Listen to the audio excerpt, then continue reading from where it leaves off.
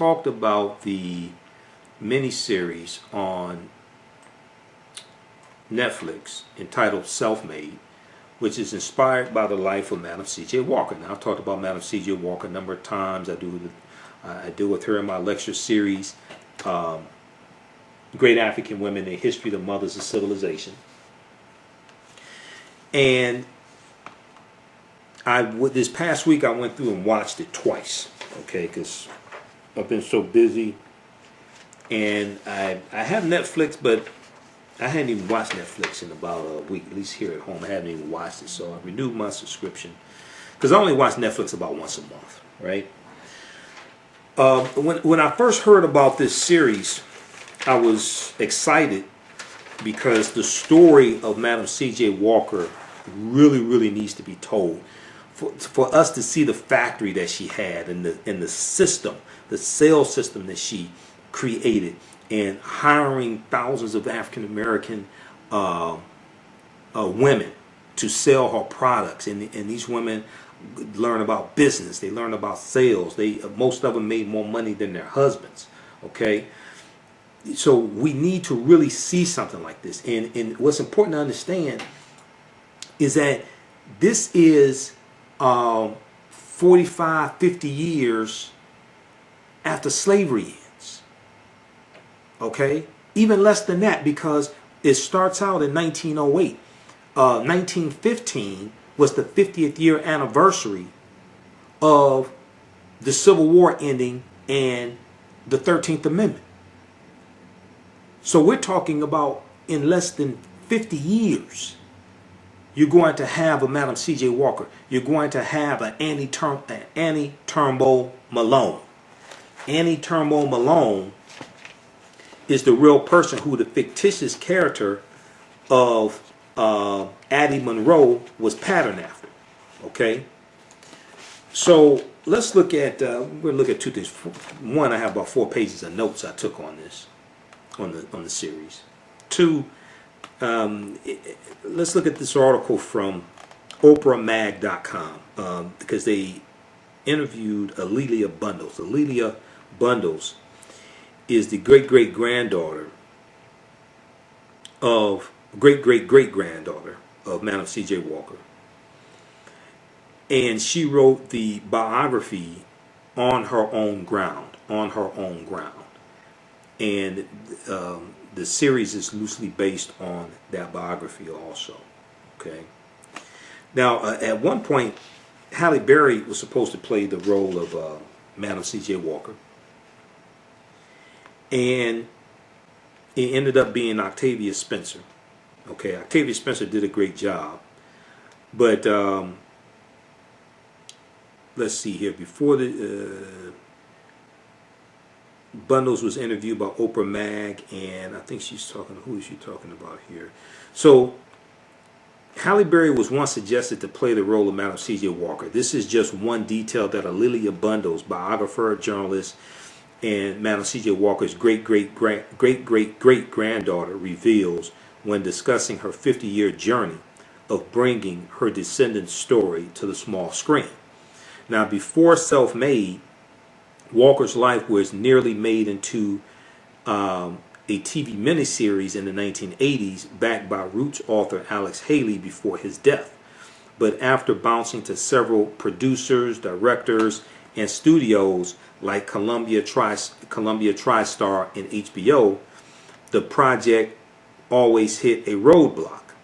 The suggestion that Halle Berry star as Madam C.J. Walker, whose real name was Sarah Breedlove, the suggestion that Halle Berry stars Madam C.J. Walker, before the show was optioned to Netflix, A'Lelia Bundles explains the possibility was posed to her years ago by a director who was interested in collaborating on the project. A'Lelia Bundles, the great-great-great-granddaughter of Madam C.J. Walker, and I'm going to reach out to her to set up an interview with. I've talked to her before with Facebook friends, and I've talked to her a few times in the past. She said, quote, "I said she's a really great actress," referring to Halle Berry, "but she doesn't look anything like Madam C.J. Walker. Bundles tells OprahMag.com. She went on to say, quote, "And that person said to me, most people don't know what Madam Walker looks like, so it doesn't really matter. And I said, you know, the people who do know what Madam Walker looks like would, and I care about those people." End quote. Yeah, because Halle Berry's not, she's fine as hell, but, you know, she looks totally different. Those are two different people. Both beautiful women, but just totally different. Okay? So the role of Madam C.J. Walker ultimately went to Octavia Spencer in Netflix's Self-Made, which is based on Bundle's 2001 biography entitled On Her Own Ground. On Her Own Ground. The story isn't perfect as it faces criticism for a weak script, fact versus fiction storylines, and the way it heavily dramatizes conflict between two successful African American women on the basis of colorism. That said, Self-Made does successfully bring Madam C.J. Walker's story to the forefront, especially for those whose knowledge of her stops at one-day Black history lessons. Because most people really don't. I do lectures and I talk about Annie Turnbull Malone, I talk about Madam C.J. Walker, things like this. Most people don't know the history of Madam C.J. Walker. This is a fascinating life. This sister died when she was either 51 or 52. One source I saw said 52. Here, this article says 51. But, you know, when we look at her as well as Annie Turnbull Malone, Madam C.J. Walker was born in 1867. She's born 2 years after slavery ends. She's born to former slaves. And for her to accomplish what she did, man, it's just unbelievable. And she's doing this largely before the 50th year anniversary of the 13th Amendment and the Civil War ending. So Lilia Bundles hopes that the new show will inspire viewers to seek facts about Madam C.J. Walker's life. She said, quote, "There are characters who don't exist in real life and scenes that don't really happen. But of course, this is the way a story gets attention, and that is the way a story has to be told in Hollywood," she says. "I'm hoping that people will walk away, especially because of Octavia Spencer's strong portrayal, with a sense of Madam C.J. Walker's courage and her ability to build a business to empower other women, to see that she's more than just hair products, that she's a philanthropist and political activist." Okay, so then they go out, then they go through and list some dispel some myths and list fact versus fiction, things like this in the that's depicted in the series. Okay, I'm going to highlight a couple things. I'll do a separate video because this is the last segment of my show, and this is a 2-hour show that's not 3 hours. So I'm going to do a separate video where I go deep into this. But we'll talk. I'll give you some highlights here from my notes and my observations. There was one article that I read from who was this from? Bustle.com. Because there was a scene that took place with Booker T. Washington, okay? And I wasn't sure if that was true or not. The depiction that happened. One, the actor Roger Guinevere, who portrayed Booker T. Washington, fantastic actor. Don't look a damn thing like Booker T. Washington. I don't know who did the casting. I don't know what was going on with that. Roger Guinevere, he had a recurring role on A Different World. He did a one-man act where he was portraying Huey P. Newton. Fantastic actor. Okay? He was in Malcolm X, one scene in Malcolm X when they were planning a robbery. But Bustle.com has an article, Booker T. Washington and Madam C.J. Walker's feud in Self-Made was even more complicated. Okay, Booker T. Washington and Madam C.J. Walker's feud in Self-Made was even more complicated. And let's see here. Let me see if I can pull this up on the other.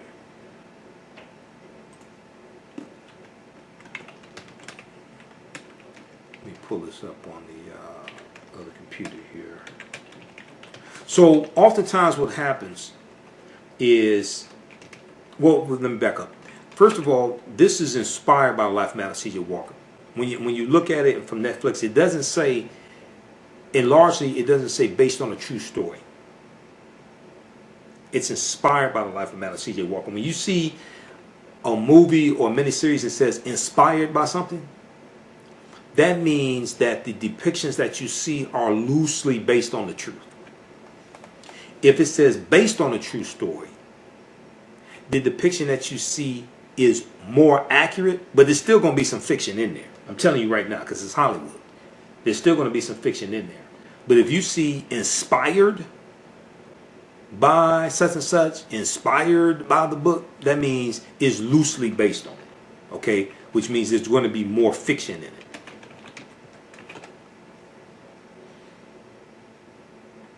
Alright, let's pull up this article here.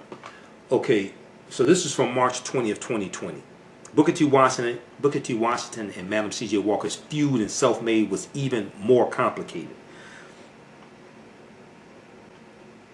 So, let's see here. While Booker T. Washington and Madam C.J. Walker's relationship in Self-Made is purely antagonistic, in real life, it was much more complex, and their frosty relationship later gave way to mutual respect. As the miniseries Self-Made tells it, Walker's attempts at gaining the endorsement of Booker T. Washington was full of false starts. After Sarah fails to get an audience with Booker T. Washington, her husband C.J. Walker, who was actually her third husband, C.J.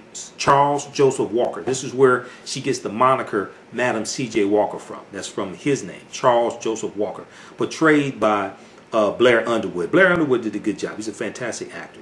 He did a good job of portraying Charles Joseph Walker. So she fails to get an audience with Booker T. Washington. Charles Joseph Walker startles him in the bathroom, falsely conveying to Sarah that Washington agreed to dine with them. Sarah Breedlove hopes that Washington will introduce her at his 1912 National Negro Business League convention. Her hopes are dashed when he instead calls her rival Addie Monroe to the stage. Now, Addie Monroe is a fictitious character loosely based on Annie Turnbull Malone, it was Annie Turnbull Malone who really created the black hair care industry, and she was the one who hires Sarah Breedlove right around 1904, hires Sarah Breedlove to be a salesperson for her. So Sarah Breedlove learns the hair care industry from Annie Turnbull Malone. Okay? In the miniseries, Addie Monroe, the fictitious character, who's half white, and the victim of her mother being raped by the slave master. Literally, this is alluded to in the movie, because you got to see.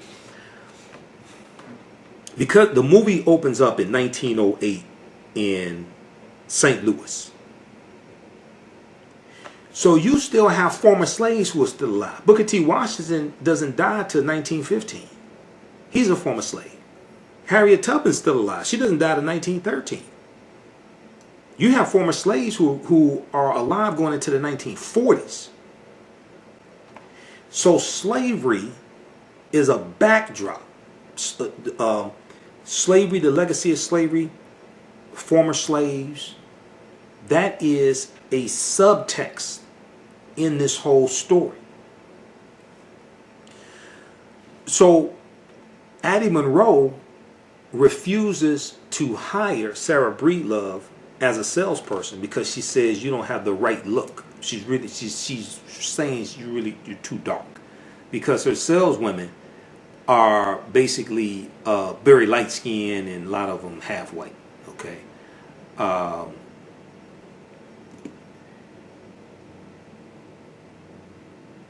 So you see this depicted. Okay. So for some reason the producers decided they wanted to have this tension dealing with colorism. Okay. Now I'm not sure if they did it to draw attention to colorism, so we can learn from it to progress, or if they're suffering from it. I don't know. I'm still researching this.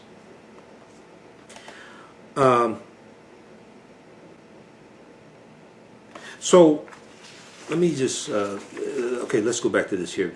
Booker T. Washington and Madam C.J. Walker. So we get to see Booker T. Washington's National Negro Business League convention depicted, which is huge. Okay. So her hopes are dashed when instead Booker T. Washington calls to the stage her rival Addie Monroe. Finally, after it's clear Booker T. Washington has no intention of acknowledging her presence in the audience, Sarah Breedlove storms the stage and gives her own introduction. This infuriates Booker T. Washington, and in the hallway he calls her outburst, quote, rude and uncalled for, end quote. He accuses her company of shaming Negroes into Eurocentric standards of beauty, and that, quote, soon you will have Negro women out earning Negro men, end quote, he says. Quote, how is America going to take us seriously if we allow our women to surpass us? That outburst in there is precisely the reason why you ladies need to be kept in your place, end quote. So this is what, in the series, this is what Booker T. Washington says to her. Another subtext of this miniseries is misogyny in the African American community. That's a subtext of this, keeping women in their place, because the wife of Booker T. Washington is portrayed, and they're part of a national colored women's organization. But these are all mainly college-educated, accomplished women, and Madam C.J. Walker is saying, why are you content with being in the background and serving lunch to the men and things like this? She said, a lot of you all are more educated than your husbands are. Now, she's not advocating for them to try to be superior to their husbands. But what she's saying is that why are we relegated to the background? Why are we not out in the forefront with the men, as opposed to being relegated to the background? So when you watch this, you see that context there. Now, one of the things I wish had been depicted in the film, and then at the end of the fourth installment, they talk about some of her philanthropic endeavors, and they talk about some of her activism, because she gets involved in the anti-lynching efforts, right? Just like in the civil rights movement. See, there was misogyny in the civil rights movement that's not talked about a lot. Now, John Lewis has talked about this. Representative John Lewis has talked about this, because the civil rights movement was largely, in general, led by African-American male ministers. So misogyny is coming out of white supremacy and racism. It's taught to us, and some African-American men internalize it and act based upon the program. So it was in the civil rights movement. We also see it going back to these movements in the early 1900s. And so we saw it with William Monroe Trotter. William Monroe Trotter, brilliant brother. William Monroe Trotter, civil rights leader, things like this. But William Monroe Trotter was a sexist. Dr. King was a sexist also. This is something that's not talked about a lot. This is why Dr. King and Ella Baker didn't get along very well, because Dr. King didn't feel that a woman should be in a leadership position in the Southern Christian Leadership Conference, a permanent leadership position. Ella Baker was a co-founder of the Southern Christian Leadership Conference, along with Dr. King in 1957. But see, this is a subtext of the civil rights movement. When you really study history, you see this. But and Ella Baker is going to end up leaving the Southern Christian Leadership Conference when she gets passed over for a permanent leadership position. This is because of sexism. And we see this going back into the early 1900s in a lot of these organizations as well. Because, see, William Monroe Trotter didn't believe that women belonged in the movement.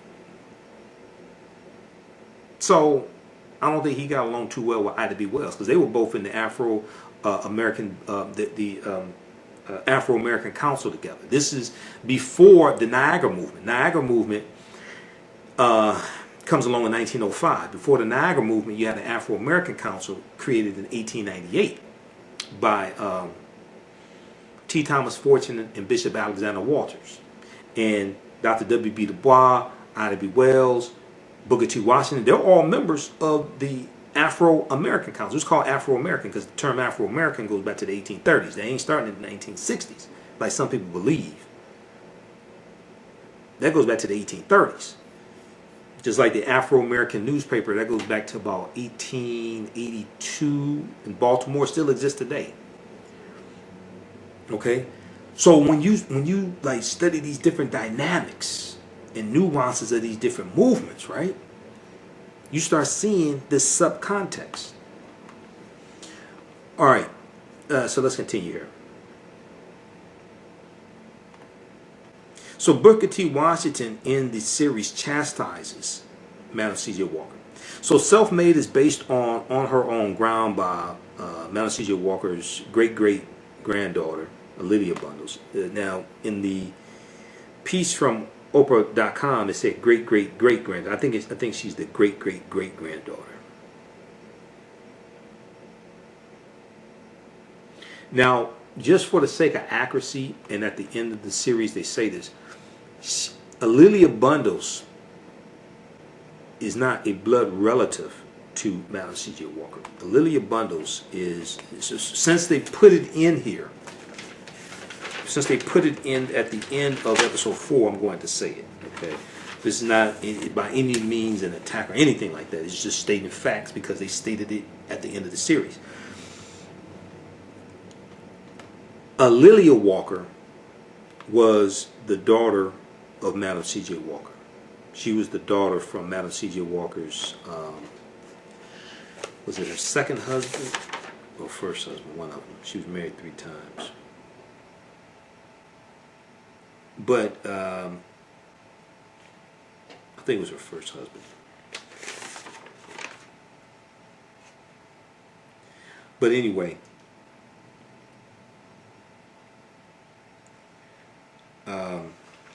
my point is that you see the young girl in the series. Her name is Fairy May, dark skin, long hair, beautiful sister. Lilia Bundles, Lilia Walker, who becomes Lilia Bundles, ends up adopting Fairy May. Okay, Fairy May is going to go on to Spelman College, and she's going to become president of the Walker Company in 1931. Fairy May.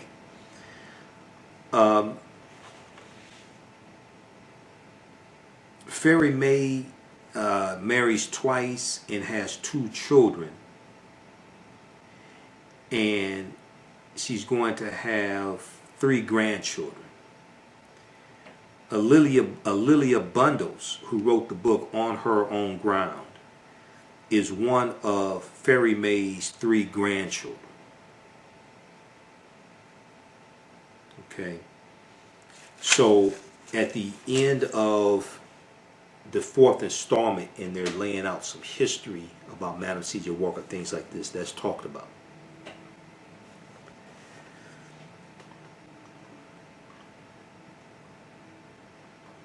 Okay, so let's go back to this article. So Booker T. Washington was really initially resistant to Madam C.J. Walker speaking at his events, though, and he did dislike the cosmetic industry because, per Booker T. Washington biographer Lewis R. Harlan, Harlan, they, quote, fostered imitation of white beauty standards, end quote. Now, per A'Lelia Bundles and Harlan, Lewis R. Harlan, the author. In January 1912, Madam C.J. Walker heard of Booker T. Washington's Negro Farmers Conference at the Tuskegee Institute and personally visited Washington's home to ask if he could introduce her to the attendees. He turned her down, but Madam C.J. Walker persisted, and eventually Booker T. Washington allowed her to speak at a side venue called the Chapel, Chapel. Now, despite taking hair care to a bunch of farmers,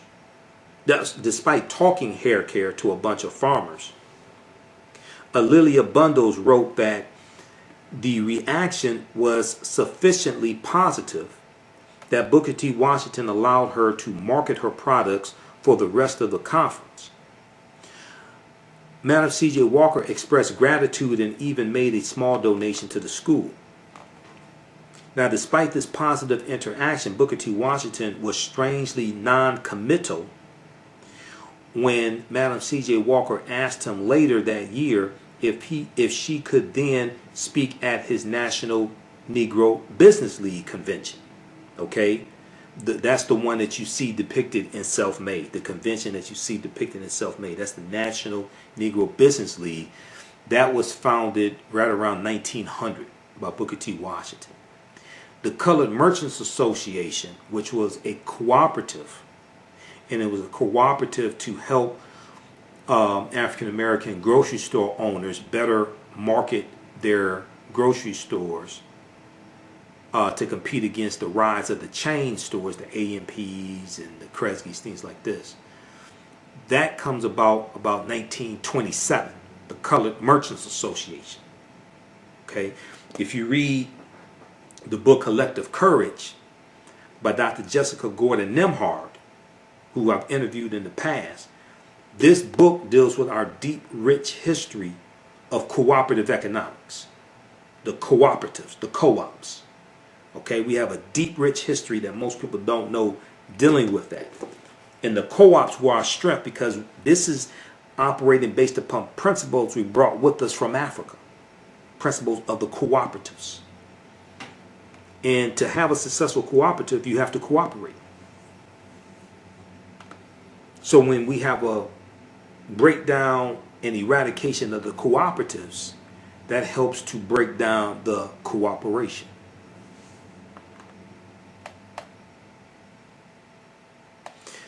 So despite the positive interaction, Booker T. Washington was strangely non-committal when Madam C.J. Walker asked him later that year if she could speak at his National Negro Business League convention.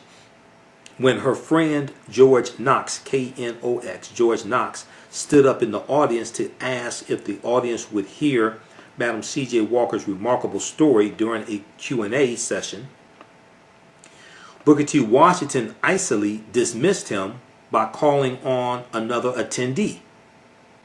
After Booker T. Washington called up several other men to present, all with smaller businesses than what Madam C.J. Walker had, A'Lelia Bundles, the author, A'Lelia Bundles noted Madam C.J. Walker stood up and addressed Washington from the audience.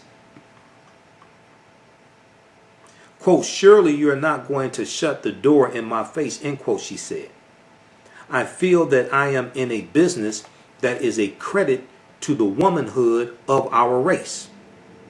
I went into a business that is despised, that is criticized and talked about by everybody," end quote. She described how she came from the cotton fields of the South, became a washerwoman, a cook, and finally the head of her own company. Quote, "I am not ashamed of my humble beginning," end quote, Madam C.J. Walker said. Quote, "My object in life is not simple. My object in life is not simply to make money for myself, but to use a part of what I make in trying to help others," end quote. This is where Self-Made inserted Booker T. Washington's sexist accusations. But A'Lelia Bundles wrote that no recorded transcripts from that day, quote, reveal Booker T. Washington's personal unspoken reaction, end quote, to Madam C.J. Walker's speech. Booker T. Washington did openly ignore her, though, calling on the next male presenter as if Madam C.J. Walker had not uttered a word. Now, Booker T. Washington's snubs and hot and cold attitude were undeniably ridiculous and ego-driven, but Madam C.J. Walker persisted in winning him over and gaining his endorsement. In July 1913, she invited Booker T. Washington to be her house guest for the dedication of a new Indianapolis YMCA, which both Booker T. Washington and Madam C.J. Walker donated money to. He surprisingly accepted, and Walker showed him every courtesy at her house. In return, Booker T. Washington praised Madam C.J. Walker to the YMCA audience, recognizing she was the largest donor at the event. She also donated $5,000 to the NAACP. Up until 1919, she was the largest donor to the NAACP. In the history of the NAACP, she donated $5,000 to the NAACP. Now, finally, at the Tuskegee Institute's 1913 National Negro Business League Convention, just a year after he spurned her, Booker T. Washington introduced Madam C.J. Walker to attendees as a quote striking example of the possibilities of Negro womanhood in the business world, end quote. Booker T. Washington must have begun to realize Madam C.J. Walker's money-making potential, as well as the symbolic and inspirational value of having a former washerwoman turned philanthropist support his school, A'Lelia Bundles theorized. A'Lelia Bundles went on to say, she in turn fully understood the advantages of having a connection with the man who controlled the editorial policies and purse strings of dozens of black newspapers. Ultimately, Madam C.J. Walker's relationship with Booker T. Washington shows exactly why she was a successful businesswoman. She was persistent and bold and never let a man's ego get in the way of her dreams. Read this article. See, this is like deep, deep history. Two iconic figures, Madam C.J. Walker and Booker T. Washington. Okay? This is some deep history here. This is on March 20th, 2020, written by Gretchen Smail, S-M-A-I-L, for Bustle.com. Booker T. Washington and Madam C.J. Walker's feud in Self-Made was even more complicated. Okay, so check out this article. We'll post a link here. Also read the article from OprahMag.com. They go through the special mess. I'll do another broadcast dealing with this. One, they talk about Madam C.J. Walker and Annie Turnbull Malone weren't such bitter rivals.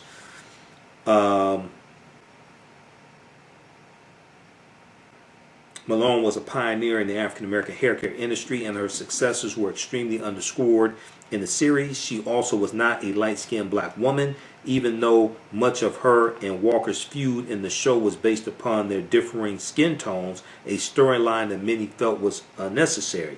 What is true, however, is that Madam C.J. Walker did work as a saleswoman for Annie Turnbull Malone, T-U-R-N-B-O, before branching out and creating her own successful business.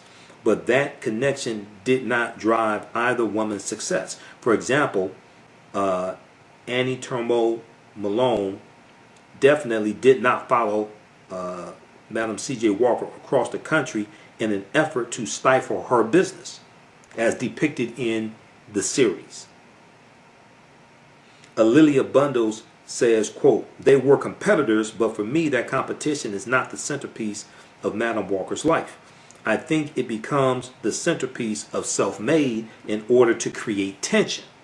I think the writers, if you interview them, would say this is a composite character.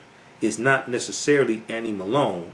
In reality, she did not move to Indianapolis, and it wasn't as an in-your-face kind of competition.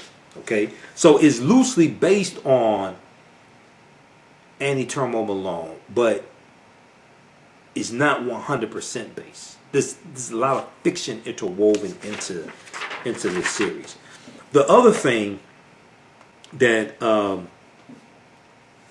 was false in here, or very little evidence to support, is that A'Lelia Walker, the daughter of Madam C.J. Walker, was gay or queer.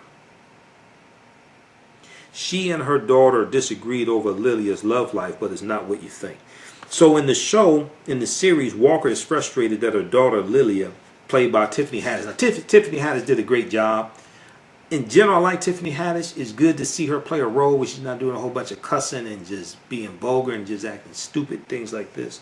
You know, because I think she has a lot of potential. I hope she doesn't get typecasted. But in the show, Madam C.J. Walker is frustrated with her daughter A'Lelia because of her disinterest in starting a family and her reluctance to take the inheritance of Madam C.J. Walker's hair care legacy seriously. It also insinuated that A'Lelia was queer and that her mother disapproved. But Alila Bundle says there's very little evidence to support that plot line. However, Bundle says there was real drama that she would have loved to see on the show, and it had to do with Lilia's last two husbands, Wiley Wilson and James Arthur Kennedy. She said, quote, they were both doctors and they were both very handsome, she says, and one was a bad boy and one was a good guy. And of course she was in love with the bad boy, Wilson, and her mother knew the bad boy was a bad boy and really favored the good guy, Kennedy.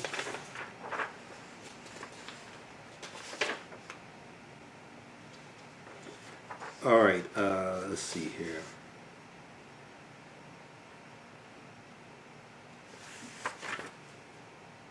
Yeah, it was with her first husband, Moses McWilliams. Madam C.J. Walker married her first husband when she was 14 years old. And it was with her first husband that she had her child, her only child, A'Lelia Walker. Yeah, that was her first husband, Moses McWilliams. Okay, so very quickly here, let me look at some of my notes. So I talked about slavery being a backdrop here, right? And there was one character played by Garrett Morris, who was on the first season of Saturday Night Live, veteran actor. Saw him in Cooley High. He was Uncle Junior on the Jamie Foxx show. He plays the role of Charles Joseph Walker's father. Okay, his name is Cleophas. And he's a former slave. And he talks about slavery and being on Master Walker's plantation, because this is where they get the Walker name from. That was the name of their slave owner. So it's like seeing a collision of two different worlds. You see former slaves who are still alive talking about what it was like to be a slave on a plantation while working in a business empire owned by a black woman. This is all right there taking place real time.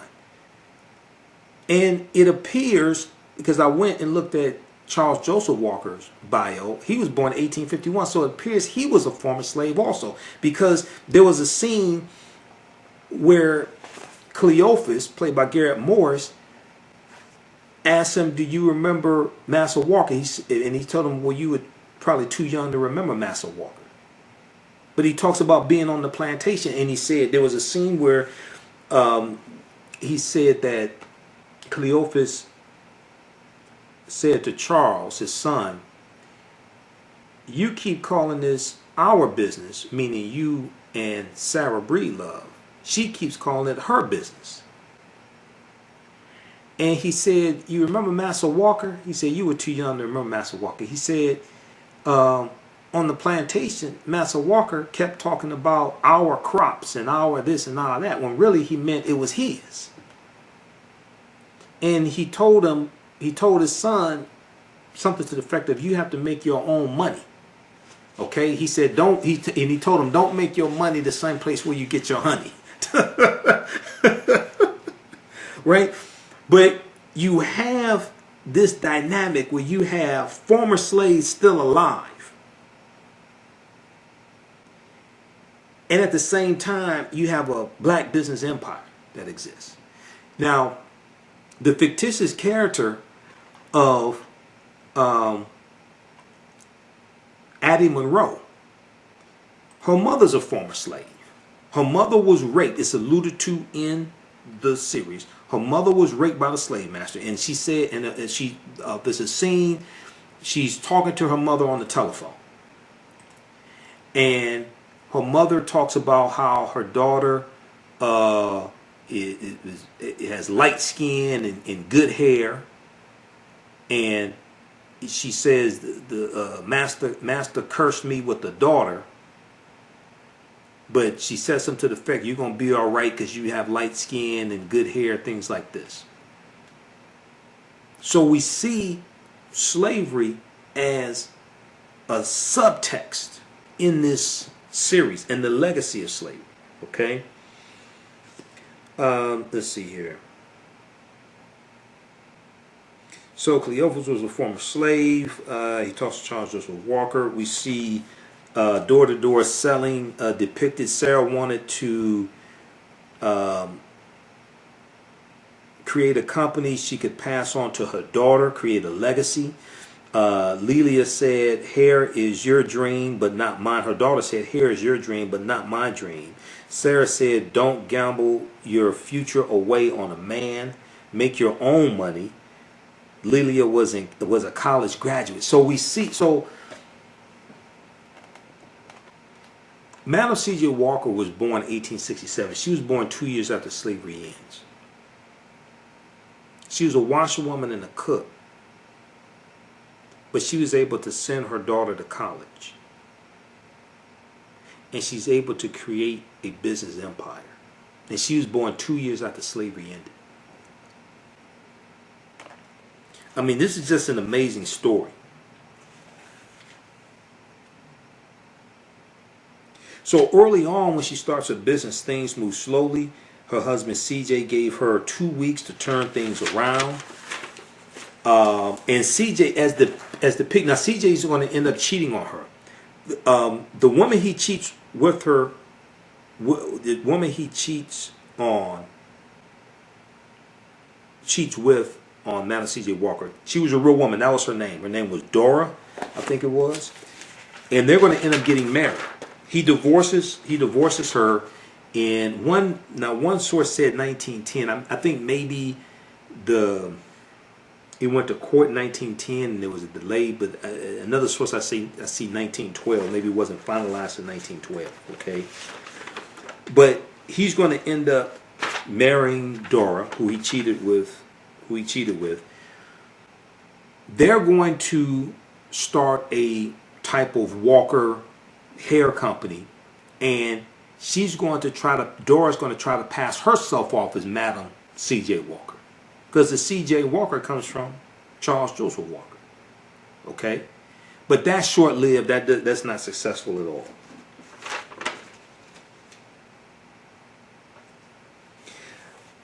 It's what I notice is that they interject various parts of history into this series as in passing. So there's one scene where they're going to church.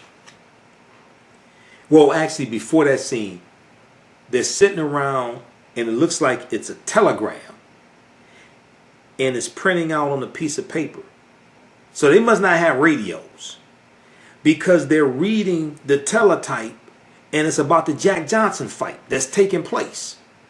Okay? Because radios existed at that time, but I don't know why they didn't have one, so I don't know what's going on with that. Because radios existed at that time. But then there's a scene, they're going to church, And they say 26 Negroes were killed because Jack Johnson won the fight. And then Charles Joseph Walker says there were riots in one character says there were riots in 7 cities. Another character says, I heard there were riots in 10 cities. But there was a rebellion against African Americans when Jack Johnson won the heavyweight championship, and when he would win his fights and beat up white men. There were lynchings that took place. There were white men trying to put, because I mean, we were ecstatic, just like when Joe Louis won the heavyweight championship. But we were ecstatic when Jack Johnson won, and this was an effort to terrorize African Americans and try to keep us in our place.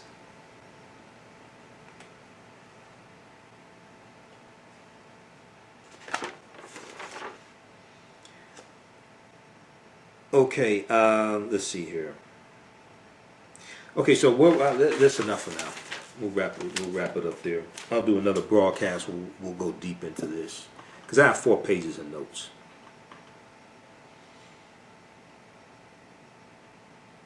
All right, let's quickly look at some of your comments here. How's everybody doing?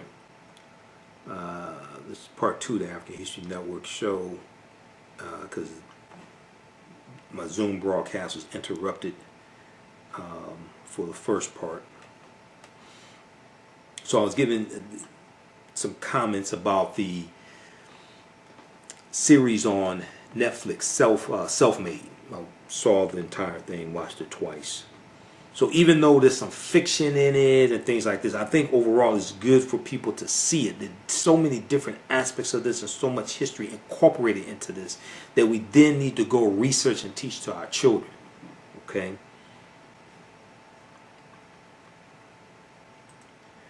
All right, so look, hey everybody, we're going to get out of here. Follow us on our Facebook fan page, The African History Network, The African History Network. Turn on notifications so you know when I go live. Follow me on my YouTube channel, Michael Imhotep, IMHOTEP. Turn on notifications so you know when I go live.